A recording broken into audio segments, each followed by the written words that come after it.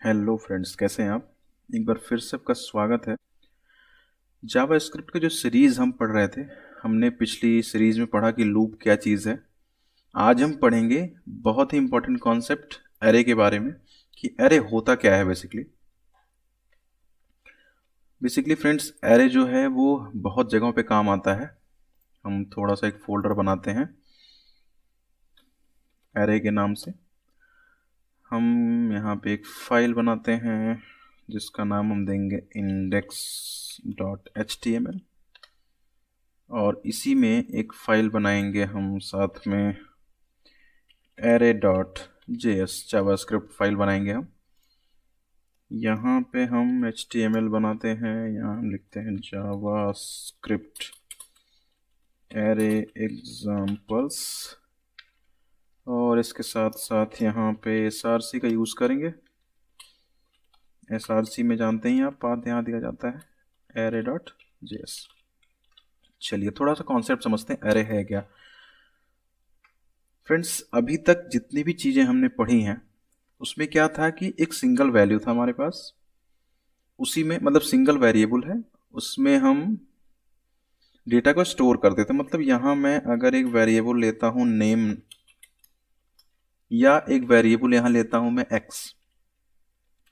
अब इस x में हम जब भी कोई वैल्यू स्टोर करते हैं, हम 0 स्टोर कर सकते हैं, हम 1 स्टोर कर सकते हैं, हम 10 स्टोर कर सकते हैं, 100 कर सकते हैं। यहाँ पे हम c स्टोर कर सकते हैं, एक नाम स्टोर कर सकते हैं। जैसे मान लीजिए हमने लिखा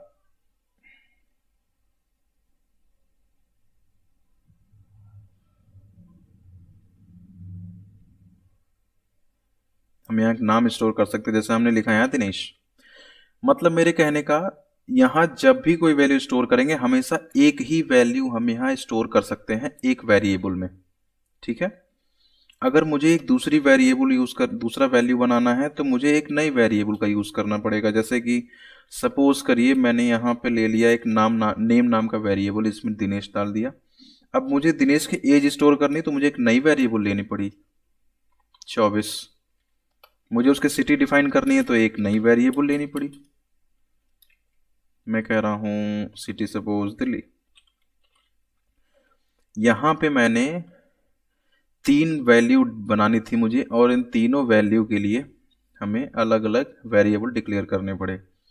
या मान लीजिए मुझे स्टोर करना है फलों के नाम। सपोज करिए मैंने फ्रूट्स डिक्लेयर करना था, तो अब फ्रूट्स नाम के वेरिएबल में मैं मल्टीपल डिफाइन नहीं कर सकता, मैं केवल एक वैल्यू डिफाइन कर सकता हूँ। चाहे वो एप्पल डिफाइन करूँ, चाहे वो मैंगो डिफाइन करूँ, मुझे कुछ और बनाना है तो मैं इसी को कॉपी करता हूँ। मैंने फ्रूट्स 1 बनाया एक वेरिएबल, यहाँ मैंने मैंगो बना दी। तो यहाँ मुझे नई वैल्यू स्टोर करनी थी, मैंने यहाँ एक नई वेरिएबल बना दी। मैंने कहा फ्रूट्स 1 में मेरा क्या स्टोर होगा, मैंगो। फिर मुझे एक नई वैल्यू स्टोर करनी है, मैंने फ्रूट्स 2 बना दी। अब मान लीजिए मुझे 100 वेरिएबल 100 फलों का नाम स्टोर करने, तो मैं क्या करूंगा, 100 वेरिएबल बनाऊंगा। वेरिएबल जो बनता है आप जानते हो, वो बेसिकली मेमोरी क्रिएट करता है आपके सिस्टम में। तो अब जब आप फ्रूट 2, फ्रूट 3, फ्रूट 4, फ्रूट 5 इस तरह बनाओगे तो वो बहुत सारी मेमोरी ले लेगा, और आपके लिए भी दिक्कत होगी मैनेज करने के लिए उसको, कि फ्रूट 1 से लेके फ्रूट 100 तक तो वेरिएबल बना ली हमने। अब पता चला कि हमें किसी 2 वैल्यू को एक साथ रखना है या जोड़ के दिखाना है, तो पता लगा किसको दिखाना है किसको नहीं दिखाना, वो आपके लिए बहुत दिक्कत हो जाती है। तो मतलब इनको मैनेज करना थोड़ा सा टफ होता है। तो इन सब चीज़ों को देखते हुए जावास्क्रिप्ट में एक नई चीज आई जिसको हम बोलते हैं एरे। एरे क्या करता है, एक तरह की वैल्यू को एक ही वेरिएबल में स्टोर कर लेता है। एक तरह की मतलब उनकी प्रॉपर्टीज एक हैं, उनका डेटा एक है, उसको एक तरह की वैल्यू को स्टोर कर लेता। मतलब हमें मल्टीपल वैल्यू एक सिंगल वेरिएबल में स्टोर करनी हो तो हम अरे का यूज करते हैं। मतलब मैं यहाँ पे अगर एक वेरिएबल बनाऊं फ्रूट्स के नाम का, और मुझे फ्रूट्स रखने हैं, तो मैंने एक अरे वेरिएबल बनाया। अब अरे वेरिएबल बनता कैसे है, अभी तक जो वेरिएबल बनाए उसमें डायरेक्ट हम वैल्यू वेरिएबल लिखते हैं और इक्वल करके वैल्यू पास करते हैं। अरे वेरिएबल बनाने के लिए हम वैल्यू लिखते हैं लेट, यहाँ वेरिएबल डिक्लेयर करा फ्रूट्स, फ्रूट्स इक्वल बनाया और एक बिग ब्रैकेट लगाया। बिग ब्रैकेट यहाँ पे एरे को डिफाइन करता है। तो अब यहाँ पे आप कुछ भी लिख सकते हो, मल्टीपल वैल्यू, मतलब मैंने यहाँ एप्पल डिफाइन कर दी कॉमा करके, मतलब कॉमा सेपरेटेड वैल्यू आप यहाँ पे रख सकते हो। मैंने यहाँ पे मैंगो लिख दिया। मैंने यहाँ आप कितने भी वैल्यू डिफाइन कर सकते हो, लिमिट नहीं है यहाँ पे। वेरिएबल मेरा एक है फ्रूट्स, लेकिन वैल्यू मल्टीपल टाइप की है। मैंगो हो गई, एप्पल हो गई, ग्रेप्स हो गई, बनाना हो गई, मतलब कितनी भी वैल्यू मैं यहाँ स्टोर कर सकता हूँ इस पर्टिकुलर फ्रूट्स के अंदर। अब आप ये सोच रहे हो कि अभी तक तो मेरे पास एक वेरिएबल था और मैं डॉक्यूमेंट डॉट राइट लिखता था और डेटा को प्रिंट कर लेता था, लेकिन यहाँ तो वेरिएबल डिफरेंट है। अब यहाँ पे जब वेरिएबल एक ही है लेकिन मुझे प्रिंट करना है ग्रेप्स, ये तीसरी वैल्यू ये वाली, तो फिर कैसे प्रिंट होगी? या बनाना प्रिंट करना है तो फिर कैसे लिखूंगा मैं? मतलब अब यहाँ पे मैं इसको कमेंट करता हूँ, यहाँ पे अब यहाँ पे मैं अगर डॉक्यूमेंट डॉट राइट लिखूं और इस डॉक्यूमेंट डॉट राइट में फ्रूट्स लिख दूं, ठीक है, क्या प्रिंट होगा? आप सोच सकते हो क्या प्रिंट हो सकता है? मैं यहाँ दिखाता हूँ आपको क्या प्रिंट हो रहा है। एप्पल आया, मैंगो आया, ग्रेप्स आया, बनाना आया, चारों वैल्यू प्रिंट हो गई। लेकिन मुझे तो खाली एप्पल प्रिंट करना था या मुझे खाली मैंगो प्रिंट करना था, फिर क्या करता मैं? अब यहाँ पे इंडेक्स का कॉन्सेप्ट आया, मतलब उनकी पोजीशन क्या होती है। अब मैं आपको थोड़ा सा समझाता हूँ, थोड़ा ट्रिकी आप समझना इसको। मेरे पास चार वेरिएबल, एप्पल, ठीक है, मैंगो, ग्रेप्स, बनाना, चार वैल्यू है मेरे पास। ये देखो, मैंने पहले एप्पल लिखी फिर मैंगो, जैसा कि यहाँ पे लिखा हुआ है, मैंने उसी लाइन में उसी क्रम में लिखा हुआ है। अब यहाँ एप्पल जो है उसकी जो पोजीशन मानी जाती है एरे में, सबसे पहली वैल्यू जो होती है उसकी पोजीशन 0 होती है। हमारे अनुसार वो 1 है। मैं ये समझ रहा हूँ 1 2 3 4 चार वैल्यू है मेरे पास, लेकिन अगर मैं पोजीशन की बात करूं तो 0 पे क्या है? एप्पल। एरे की जो पोजीशन शुरू होती है वो स्टार्ट पोजीशन हमेशा 0 होती है।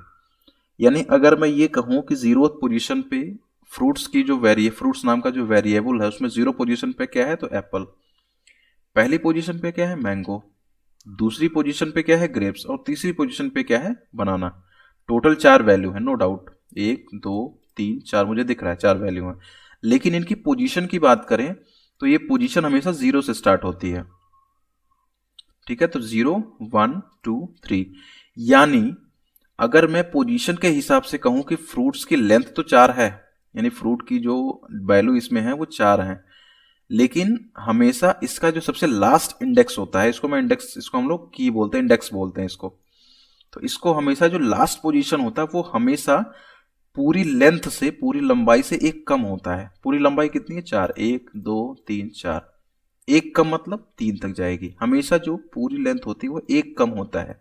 क्यों? क्योंकि ये 0 से शुरू होता है। क्योंकि ये 0 से शुरू होता है, हमेशा उसकी जो अंतिम पोजीशन होती है वो हमेशा उसकी पूरी लंबाई से कम होती है, एक। तो अगर इस केस में मैं इसको ऊपर लिखता हूं यहां पे, या यहीं रहने देता हूं, चलो मैं इसको कमेंट कर देता हूं। इस कंडीशन में अगर मैं आपसे ये कहता हूं कि मुझे अगर एप्पल चाहिए तो मैं क्या करता हूं? इसके इंडेक्स का यूज करता हूं। मतलब मैंने फ्रूट्स लिखा, फ्रूट्स मेरा एक वेरिएबल है, बिग ब्रैकेट लगाई और मैंने यहां पे इंडेक्स दे दी, 0 इंडेक्स। 0 पोजीशन पे क्या है? एप्पल। तो मेरा क्या प्रिंट होके आएगा? देखो यहां पे एप्पल पहले प्रिंट करनी है तो मैंने फ्रूट्स पे पहले रखा, क्या आएगा? मैंगो। दूसरे नंबर पे क्या है? ग्रेप्स। तीसरे नंबर पे क्या है? बनाना। अब यहां आप देखो, एक अरे वेरिएबल इंडेक्स के बेसिस पे चल रहा है, जैसा कि मैंने आपको बताया कि हमेशा स्टार्ट कहां से होता है? 0 से। पहली वैल्यू क्या होगी? 0, 0 इंडेक्स पे, दूसरी, तीसरी, चौथी। अब यहां पे एक फंक्शन होता है कि मुझे ये, अब ये चीज आप नॉर्मली प्रिंट कैसे कर सकते हैं तो मैं आपको दिखाता हूं। अब जैसे यहाँ फ्रूट्स है, ठीक है, मैं इसको यहाँ कमेंट कर देता हूँ फिलहाल, अभी मैं इसको नीचे लिखता हूँ। फ्रूट्स है, अब मुझे चारों फ्रूट्स प्रिंट करने, फिर क्या करूंगा मैं? मेरे पास फिर प्रॉब्लम आ गई। मैं फिर अब चार स्टेटमेंट लिखूँ यहाँ पे जैसा मैंने यहाँ पे लिखाया, एक बार में तो एक ही स्टेटमेंट में डेटा प्रिंट होता है। आप जैसा कि आप जानते ही हो कि मैं यहाँ 0 लिखूंगा तो हमेशा एप्पल आएगा, लेकिन मुझे मैंगो भी दिखाना है, ग्रेप भी दिखाना है। तो अब या तो मैं इस तरीके से लिखूं, 2 आया और यहाँ पे 3 आया, या तो मैं इस तरीके से लिखूं, ये चारों वैल्यू। अब यहाँ पे देख रहे हो आप, अब यहाँ फिर मैं क्या करूं, फिर मैं प्लस लगाऊं,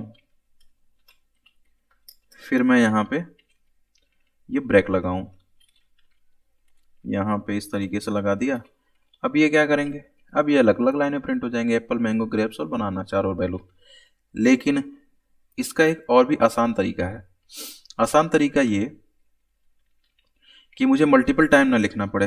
तो याद है हमने लास्ट में पढ़ा था लूप, पिछली क्लास में, पिछली वीडियो में हमने पढ़ा था लूप के बारे में। लूप क्या करता है, एक फिक्स पोजीशन है हमारी, उसको इटरेट करता है एक सिंगल पोजीशन को। तो अब हमारे पास पोजीशन क्या है, हम क्या प्रिंट कर रहे हैं, ये इंडेक्स। इंडेक्स क्या करता है, हमेशा एक इंक्रीमेंट होती तो पहले इसकी जो वैल्यू है वो एक इंक्रीमेंट ही के तो है, यानी 0 है, फिर 1 है, फिर 2 है, फिर 3 है, तो वैल्यू एक एक इंक्रीज है। तो हम क्या करते हैं, एक फॉर लूप लगाया या वाइल लूप लगाया या डू वाइल लूप, जैसा कि आपकी इच्छा हो जो भी लगाने की आप यहाँ लगा सकते हो। तो मैंने यहाँ क्या किया, एक वेरिएबल बनाया x नाम का। हमने कहा 0 से, क्यों, क्योंकि 0 से हमारी स्टार्ट होती है। क्या, जो पहली इंडेक्स है वो कहाँ से स्टार्ट हुई, 0 से। जाना कहाँ तक है, तो अब मैं आपको एक चीज पहले बता दूं। वैसे पहले मैं प्रिंट कर लेता हूं, कितनी वैल्यू है टोटल, हमारे पास टोटल कितनी वैल्यू है, 4। तो हमने यहाँ क्या लिख दिया, 4, मतलब 0 से लेके लेस देन 4, मतलब 4 बार चलेगा। क्यों कि 0 से स्टार्ट हुआ है, लेस देन 4 मतलब 3 तक चलना, 0 से 3 मतलब 4 वैल्यू हो गई। सेमीकोलन लगाई, x को प्लस प्लस किया। हमने यहाँ क्या किया, एक स्टेटमेंट सिंपल लगाऊंगा मैं, सिंपल से स्टेटमेंट, हमें वैल्यू प्रिंट करनी थी। फ्रूट्स लिखा हमने, इंडेक्स में हम x दे देंगे। ये क्या करेगा, हमने पढ़ाया था आपको, पिछली क्लास में देखा था हमने, x हमेशा एक इंक्रीमेंट करेगा। पहले क्या आएगी x की, 0, तो पहली वैल्यू प्रिंट हो जाएगी। फिर ये लूप कहाँ तक कब चलेगा, एक इंक्रीज होगा, मतलब 2 आएगा, सॉरी 1 आएगा। फिर फ्रूट्स में 1 क्या है, मैंगो, फिर क्या है, फिर आएगा ग्रेप्स, फिर क्या आएगा, बनाना। तो एक सिंगल स्टेटमेंट लूप की वजह सहायता से हम अपनी वैल्यू को प्रिंट कर पाएंगे। देखो आ गई ना वैल्यू। हमने यहाँ 4 कंडीशन, 4 स्टेटमेंट लिखने की नीड नहीं है, एक लूप लगाया, हमारे पास वैल्यू आ गई। अब एक चीज आपको बताता हूं, ये जो एरे हमने पढ़ा, इस एरे में कुछ फंक्शंस भी होते हैं, मतलब कुछ इनबिल्ट फंक्शन जावास्क्रिप्ट का एरे क्रिएट करता है। मैं आपको बताता हूँ क्या इनबिल्ट फंक्शंस होते हैं। मान लो अभी क्या है कि हम यहाँ पे ये देख रहे हैं कि यहाँ पे फ्रूट्स है, यहाँ हमने 4 वैल्यू रख दी, लेकिन मान लो कुछ कंडीशन में हमें लेंथ नहीं पता, मतलब ये कितनी वैल्यू इसके अंदर हमें नहीं पता, लेकिन हमें जाननी है क्योंकि मुझे लूप लगाना है। तो आप कैसे करोगे, जैसे मान लो यहाँ पे अभी तो सपोज करो मेरे पास फिक्स वैल्यू आ गई, हमने डाल दी 10 वैल्यू डाल दी, 20 डाल दी, 100 डाल दी। लेकिन मान लो अभी हम जब कोड, कभी भी आप कोडिंग करोगे ना, तो वहां पे क्या होता है, वहां पे डेटाबेस से डेटा आना है सपोज करो। अब डेटाबेस से डेटा जब आता है ना, तो मुझे ये नहीं पता कि कितना डेटा हमें प्रिंट करना है। जैसे मान लो अभी सपोज करो एक हमारे पास केस आया कि हमने क्या करना है, एक फॉर्म है मेरे पास, उस फॉर्म की वैल्यू क्या होती है, हम डेटाबेस में स्टोर करते हैं। मतलब फॉर्म में मान लो 2 वेरिएबल है, नेम है और यूजर का डेटा है, मतलब उसका एज है सपोज करो। तो हम उस फॉर्म में क्या स्टोर कर रहे हैं, नेम स्टोर कर रहे हैं और एक एज स्टोर कर रहे हैं किसी भी यूजर का। अब उस फॉर्म को किसी यूजर ने 10 बार भर दिया, 20 बार भर दिया, 50 बार भर दिया, मुझे नहीं पता यूजर कितनी बार भरेगा। अब जानते हो बहुत बड़ी पब्लिक है, वो कितनी बार भी फिल कर सकती है। तो अब जब यूजर ने डेटा फिल किया तो वो डेटा जाके मेरे डेटाबेस में स्टोर होता है। अब जब वो डेटा मेरे डेटाबेस में स्टोर होगा तो मैं चाहता हूं कि जैसे ही डेटाबेस में स्टोर हो वो वैल्यू यहाँ पे मुझे दिखाए। तो अब मुझे नहीं पता चलेगा कि उसकी लेंथ कितनी है, क्योंकि हम मान लो यहाँ लिख दिए यहाँ पे कि लेस देन 4 तक चलना है, तो वो 4 के बाद वो डेटा ही नहीं प्रिंट करेगा। लेकिन मुझे तो देखना है, तो मुझे ये कैसे पता चलेगा, या हमें ये कैसे पता चलेगा कि हमारे पास कितनी लेंथ का डेटा आने वाला है। तो हमें लेंथ नहीं पता, तो लेंथ निकालने के लिए किसी भी एरे की लेंथ कितनी है ये पता करने के लिए एक इनबिल्ट फंक्शन है एरे में जिसको हम बोलते हैं लेंथ। अब ये हमें अगर पता करनी हो एरे लेंथ इज, तो हम क्या करते हैं, सबसे पहले उसकी वैल्यू यानी कि सॉरी वेरिएबल, फ्रूट्स एक वेरिएबल है जिसमें सारी वैल्यू स्टोर है, डॉट लेंथ। डॉट लेंथ क्या है, ये एक प्री बिल्ट फंक्शन है, प्री डिफाइंड फंक्शन है जावास्क्रिप्ट में जो ये बताता है कि इस अरे की लेंथ कितनी है, मतलब कितनी वैल्यू उसके अंदर स्टोर है। कितनी आई, 4। तो अब इसका यूज कैसे करेंगे, अब हम इसी अरे को लेते हैं। देखो हमने क्या किया, इसी अरे को लिया, यहां पे क्या किया, हमें अगर ये नहीं पता है कि हमारी एंडिंग पोर्शन कितना है तो हम क्या करेंगे, यहाँ पे हम 4 की बजाय फ्रूट डॉट लेंथ दे देंगे। मतलब ये, अब यहीं पे एक छोटा सा केस मैं दिखाता हूँ आपको। जैसे मान लो अब यहाँ लेस देन 4 कर दिया, लेकिन किसी कोई गया यहाँ पे एक वैल्यू इंक्रीज कर दी। जैसे मान लो मैंने बना दिया चीकू, एक फल है मान लो चीकू। अब मैंने चीकू स्टोर कर दिया यहाँ पे, लेकिन मैंने तो यहाँ पे 4 ही दे रखा था। फिर आप क्या करोगे, अब आप यहाँ जब प्रिंट करोगे तो आपको तो बनाना तक आएगा, ग्रेप्स सॉरी चीकू तो आएगा ही नहीं।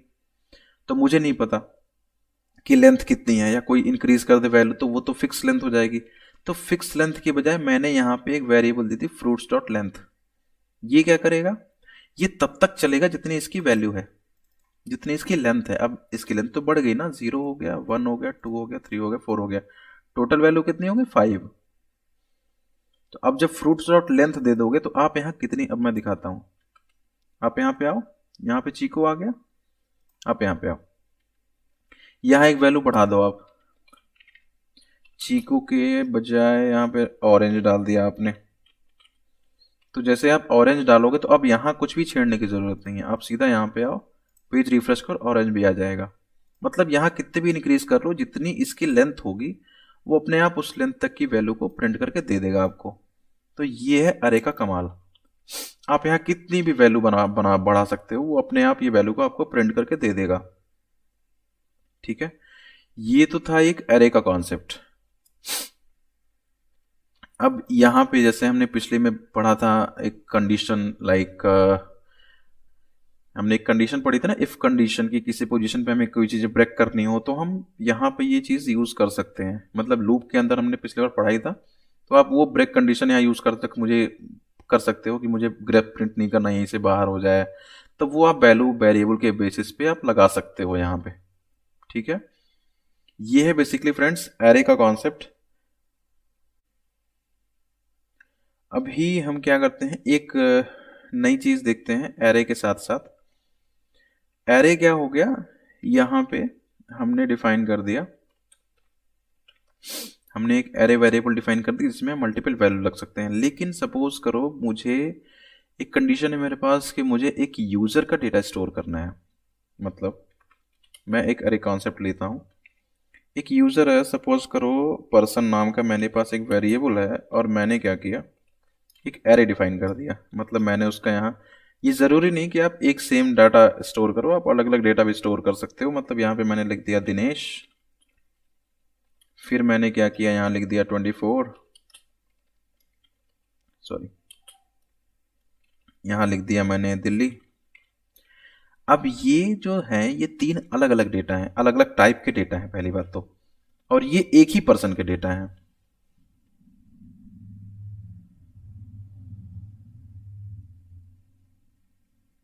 ये एक ही पर्सन के डेटा है। एक ही पर्सन का मतलब, एक पर्सन है दिनेश, एक पर्सन है जिसका नाम है दिनेश, एज है 24, और ये उसके सिटी का नाम है मान लो।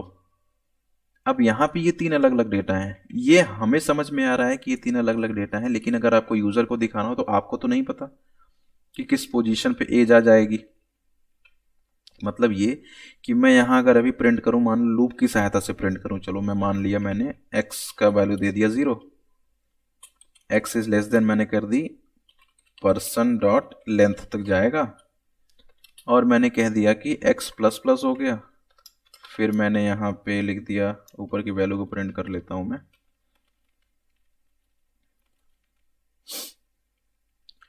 मैंने यहाँ लिख दिया पर्सन, ये प्रिंट तो कर देगा, ये कभी मना नहीं करेगा आपको प्रिंट करने से। इसने दिनेश लिखा, 24 लिखा, दिल्ली लिख दिया। लेकिन मुझे अगर मीनिंगफुल डेटा प्रिंट करना हो तो मतलब मैं ये मान के चल रहा हूँ कि नेम एज, ठीक है, पहले पे नेम आ जाएगा। अब यहाँ मैं डेटा भी चेंज नहीं कर सकता, ये देख रहे हो आप। यहाँ अगर मैं ये दिखाना चाहूँ कि नाम क्या है, फिर ये एज है, ये सिटी है, तो मैं यहाँ नेम इज लिख दिया तो ये हमेशा नेम इज प्रिंट करेगा कि नेम इज ये, नेम इज 24 और नेम इज दिल्ली। मैं अलग अलग डेटा प्रिंट नहीं कर सकता, या फिर मैं सेपरेटली डेटा प्रिंट करूँ जैसे 3 अलग अलग स्टेटमेंट्स में बिना लूप के, जैसा कि हमने यहाँ पे कर रखा है कि डॉक्यूमेंट डॉट राइट नेम 0 पे आ गया, एज 1 पे आ गया और दूसरे नंबर पे क्या आ गया, सिटी। और यहाँ एक प्रॉब्लम और भी होगी। जैसे प्रॉब्लम क्या होगी मैं दिखाता हूँ। मान लो ये डेटा मैंने यहाँ कॉपी कर ली, मैं इसको हटा देता हूँ, मैं इसको इस तरीके से प्रिंट करता हूँ। सपोज मैंने कहा 0 पे नाम है, इसी को 2 बार और कॉपी कर लिया, ये डेटा हो गया एज का, और ये डेटा हो गया मेरे पास एज के बजाय सिटी का। अब यहाँ ये डेटा सही तो प्रिंट करेगा, कोई प्रॉब्लम नहीं है। ये कहते हैं नेम दिनेश है, एज 24 है, सिटी आपका दिल्ली है। लेकिन वैल्यू ही बदल गई। मैंने क्या किया, 24 यहाँ से हटा के यहाँ डाल दिया। अब हमने नीचे चेंज नहीं किया, अब ये होगा गड़बड़। नाम तो दिनेश आ गया, एज आ गया दिल्ली, सिटी आ गया 24। तो अब यहाँ पे ये हमें प्रॉब्लम आ गई। इस तरह का डेटा अगर मुझे मेंटेन करना हो तो मेरे लिए बड़ी दिक्कत हो जाएगी। हमें ये नहीं पता चलेगा कि किस पे क्या प्रिंट करना है, ठीक है। तो इस तरह के डेटा को मैनेज करने के लिए हमारे पास एक थिंग्स आती है जिसको हम बोलते हैं ऑब्जेक्ट, ठीक है। अब ये कैसे काम करता है मैं दिखाता हूं आपको। मतलब ये कि मैंने एक पर्सन नाम का ऑब्जेक्ट क्रिएट किया। अब ऑब्जेक्ट क्रिएट कैसे करते हैं, जैसे आप अरे बनाते हो तो हमेशा बिग ब्रैकेट में रखते हो, इसी तरह ऑब्जेक्ट बनाएंगे तो करली ब्रेसेस के अंदर वैल्यू रहती है। कभी भी कोई वैल्यू, ये कभी भी कोई वेरिएबल डिक्लेयर है जिसके इक्वल करके वो करली में डिफाइंड है, मतलब वो एक ऑब्जेक्ट है। ऑब्जेक्ट हमेशा दो चीजों पे चलता है, एक होती है की, एक होती है वैल्यू। यानी कि पहले हम डिफाइन करेंगे की, उसकी की क्या है, सब्जेक्ट क्या है, नेम है, वो एज है या डेटा क्या है। उसके बाद हम डिफाइन करते हैं कोलन देके, फिर डिफाइन करते हैं वैल्यू क्या है। यानी कि हमेशा की और वैल्यू पे सारा चीज चलता है। और मल्टीपल डेटा आप इस एक ऑब्जेक्ट वेरिएबल में स्टोर कर सकते हो। मतलब ये कि मैं यहां डिफाइन करूं तो मैं क्या लिखूंगा, नेम, मतलब नेम क्या है, दिनेश। तो मैंने यहां क्या हो गया, नेम हो गया मेरा क्या, की क्यों, कि मुझे कभी भी अभी तक क्या होता था मैं आपको बताता हूं। अब यहां नेम आ गया, फिर मैंने यहां एज लिख दी 24, और मैंने यहां पे दे दिया सिटी, इसकी वैल्यू हो गई दिल्ली। अब इसका फायदा क्या मैं आपको बताता हूं। देखो दिक्कत ये है कि अभी तक जब हम एरे का डेटा स्टोर करते थे तो एरे के डेटा में हम केवल वैल्यू लिखते थे, कभी वेरिएबल नहीं, मतलब कभी भी हम की स्टोर नहीं करते थे। लेकिन हमें ये पता था कि ये जो दिनेश था ये 0 पे था, दिल्ली हमेशा 1 पे था, और ये हमेशा 2 पे था। क्यों, कि वहां पे हमारी ये डिसाइड थी कि की क्या है मेरे पास, क्योंकि की हमेशा 0 से स्टार्ट होता था और हमेशा उसकी लेंथ से एक कम तक जाता था, ठीक। यानी कि हमारी टोटल लेंथ कितनी है, 3, हमारी अंतिम इंडेक्स क्या होगी, 2, क्योंकि ये 0 होगा, ये 1 होगा, ये 2 होगा, ठीक है। लेकिन पर्सन अब वहां पे क्या है, अब ये चीज यहां पे बन गई ऑब्जेक्ट। अब आप यहां पे तो 0 में लिख सकते हो कि ये दिनेश है, लेकिन यहां पे 0 में हो जाएगी दिक्कत, क्योंकि ये एरे नहीं है, ये ऑब्जेक्ट है। तो यहां पे अब यही दिक्कत होती थी कि अब यहाँ पे मान लो दिनेश है, यहाँ मैंने दिल्ली कर दिया, 24 कर दिया, पता लगा 24 को इधर ला दिया या दिने 24 को पहले कर दिया, तो हमें ये पता नहीं चलता था कि हमारा इंडेक्सिंग किस बेसिस पे चलेगी। तो अब यहाँ पे अगर मैं इस चीज को प्रिंट करना चाहूँ एक नॉर्मल में, जैसे यहाँ मैंने स्टेट में प्रिंट किया है, तो मुझे अगर नेम को प्रिंट करना है तो पर्सन है, यहाँ पे हम डॉट लगाते हैं। ऑब्जेक्ट हमेशा डॉट से चलता है। डॉट के बाद क्या लगाएंगे, कौन सा इंडेक्स प्रिंट करना है, इंडेक्स सॉरी कौन सा की प्रिंट करनी है। की क्या है, नेम है। की क्या है, एज है। की क्या है, सिटी है। तीन की है, नेम है, एज है, सिटी है। नेम प्रिंट करना है तो पर्सन डॉट नेम लिख दिया मैंने। एज प्रिंट करनी है तो पर्सन डॉट एज लिख दी मैंने। मतलब की जो होती है ये डॉट से डिफाइन होती है यहाँ पे। इन तीनों को आप प्रिंट करके देख लो। देखो यहाँ पे आ गया ना, नेम आ गया दिनेश, एज आ गया 24 और सिटी आ गया दिल्ली। अब इसमें आपको कभी भी दिक्कत नहीं होगी, क्यों, एज आपने उठाया यहाँ लगा दिया, तो अब क्या होगा, अब भी कोई दिक्कत नहीं है। क्यों कि हमारे पास इस की पे ही जो डेटा है वो गड़बड़ नहीं होना चाहिए। मतलब की हमारा जब भी डेटा इधर उधर होगा तो हमेशा की के साथ जाएगा। तो जब भी की प्रिंट होगी तो हमें कोई दिक्कत नहीं होगी, चाहे वो आप इधर आगे रख दो चाहे उसको पीछे रख दो, कोई दिक्कत नहीं होगी। डेटा आपका एज यूजुअल प्रिंट होगा जैसा कि आप चाहते हो। लूप में आपको इसको प्रिंट करना है तो मैं आपको लूप का एग्जांपल दे देता हूं। मैं इसको कमेंट कर देता हूं, मैं फॉर लूप लगाया। अब यहाँ पे एक नया लूप बताता हूं मैं आपको। अभी तक आपने फॉर लूप पढ़ा है, एक नया लूप बताता हूं। ऑब्जेक्ट में अगर कोई आपका डेटा है एज ए ऑब्जेक्ट और आपको प्रिंट करना है तो एक ऑप्शन होता है फॉर इन लूप। मैं लिख देता हूं यहाँ पे फॉर इन लूप होता है एक। ये क्या करता है, ये कैसे, ये हमेशा ऑब्जेक्ट पे काम करता है। कभी भी आपको ऑब्जेक्ट प्रिंट करना हो तो ये काम करता है। तो यहां मैंने डिफाइन कर दिया एक्स इन। यहां पे आपको लिखना होगा कि आपका वेरिएबल क्या है। ऑब्जेक्ट का पर्सन नाम का वेरिएबल है, करली लगाई, ओपन किया, यहां पे स्टेटमेंट लिखा। अब स्टेटमेंट में मैं आपको दिखाता हूं, ये बंद कर दो आप। एक्स हमेशा जब भी प्रिंट करोगे ना यहाँ पे ये हमेशा आपको ये बताएगा कि आपका इंडेक्स क्या है। मैं आपको दिखाता हूँ, ये आप प्लस लगा लो और यहाँ पे एक थोड़ा मीनिंगफुल डेटा। एक्स हमेशा आपकी की को डिफाइन करेगा, इस चीज़ को हमेशा ध्यान रखना आप। देखो नेम आया, सिटी आया, एज आया, तीन ही आपके पास इंडेक्स थे। नेम था, एज था, सिटी था। वही यहाँ पे बता रहा, नेम है, सिटी है, एज है। अब ये 1 बाई 1 जैसा जिस रो में लिखा हुआ है, जिस क्रम में, वो क्रम आपको बता रहा है। तो एक्स क्या करता है, एक्स आपका ये डिफाइन करता है कि आपका की क्या है। तो मैंने कहा यहाँ नेम आ गया, प्लस लगाया, हम थोड़ा मीनिंगफुल नाम बनाते हैं, कोलन लगाया, प्लस लगाया।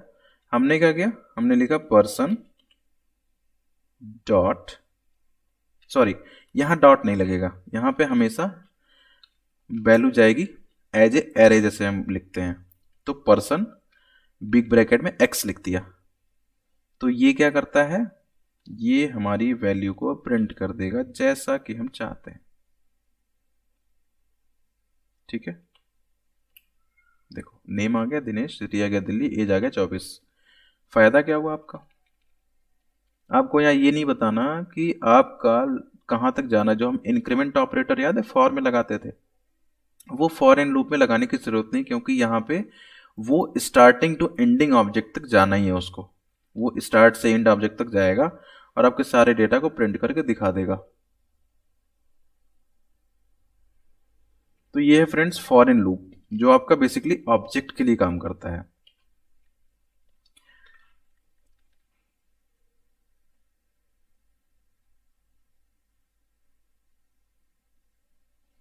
तो ये थी आपकी एरे की सीरीज, एरे की थिंग्स। ये आपको कैसी लगी, आपको कोई चीज़ समझ में ना आई हो तो आप इस वीडियो के कमेंट बॉक्स में मुझे लिख सकते हैं। मैं कोशिश करूंगा उसका जवाब देने के लिए, आपको उसका आंसर देने की कोशिश करूंगा। और फ्रेंड्स ये वीडियो जैसा कि आप जानते हैं बनाने में काफ़ी मेहनत लगती है, तो आप इस वीडियो को शेयर और सब्सक्राइब ज़रूर करें इस चैनल को, जिससे आपको आगे आने वाले जितने भी वीडियो हैं, जितने भी ट्यूटोरियल्स हैं, वो आपको आसानी से मिल सकें, आसानी से उपलब्ध हो सकें। तो फ्रेंड्स मिलते हैं नेक्स्ट सीरीज में। अगले हम जो पढ़ने वाले हैं वो है फंक्शंस, कि हम फंक्शन कैसे डिफाइन करते हैं और फंक्शन होते क्या हैं। तो काफ़ी सारे फंक्शंस हम पढ़ेंगे भी जो प्रीबिल्ट हैं, मतलब पहले से जावास्क्रिप्ट में हैं। और हम थोड़ा सा ये भी पढ़ेंगे कि हम अपनी तरफ से अगर कोई फंक्शन कस्टम बनाना चाहें तो कैसे बनाते हैं। तो ये हम अगले वीडियो में पढ़ेंगे। तब तक के लिए बाय बाय।